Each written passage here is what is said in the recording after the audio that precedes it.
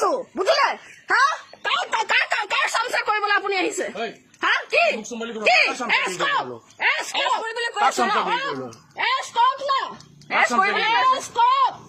কৰিবলৈ দিছো আহি হুলস্থুল কৰিছো ন কৰিবলৈ কৈছো কৰি আছো মোৰ মুখখন দেখক ভালকে কৰি আছো ৰেডি আছো আপোনালোকৰ অল অসমে চাই আছে প্ৰতিভা হাজৰিকাৰ যে অৰ্ডাৰত যে মোৰ বাপেৰৰ মাটিৰ পৰা আমাক খেদিবলৈ আহিছে অল আছামে চাই আছে হয় আপোনালোকে কাৰ অৰ্ডাৰত অহা মানুহ জানো মানুহ মৰি গেলি যায় আপোনালোকৰ আহিবলৈ টাইম নাথাকে আৰু ওলাব লাগিব এতিয়া ওলাব লাগিব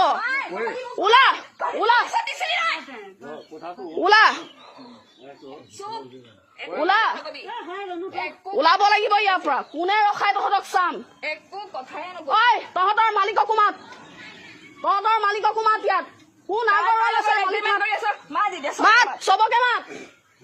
এইখন হুলস্থুল নহওক বুলি তহঁতক আহি ভালকে কৈছিলো এতিয়া ইয়াত কি হব পৰিৱেশ আপোনালোকে চাওক মোৰ দেউতা মৰি যোৱা 35-37 বছৰ হল গম পাইছে তহঁতৰ মালিকক মাত ফোন কৰি ইয়ালৈ তহঁতৰ মালিকক মাত আপোনালোকে যি হয় মানুহক ৰাখিছিলে সিহঁতি ঘৰ বনাই আছে ফোনৰ ৰেকৰ্ডিংটো শুনোৱা নাই কেলে ছচিয়েল মিডিয়াত দিম আপোনালোকে প্ৰতিভা হাজৰিকাৰ চামচা আজি আপুনি ডিউটি কৰিবলৈ আহিছে আমাক এৰেষ্ট কিয় নকৰে হিমন্ত বিশ্ব শৰ্মা আহিব নহয় আজি হিমন্ত বিশ্ব শৰ্মা নাহিব জানো আহিব নহয় আপোনালোকৰ ডিউটি নাই হা মানুহ এটা চুৰ হব ডকাইত হব আপোনালোকে মাহ ধৰি পেলাই উলিয়াব নোৱাৰে আজি এই সাধাৰণ মানুহ ঘৰে কেছ দি দিলে আপুনি দৌৰি আহি গল তেওঁলোকে ফোন কৰাৰ লগে লগে দৌৰি আহি গল হা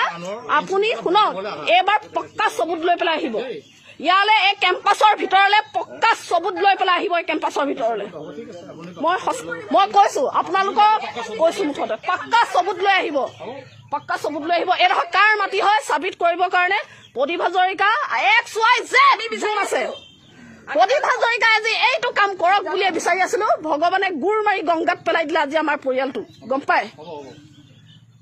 ওলা এতিয়া প্ৰতিভা হাজৰিকাৰ ঘৰত যা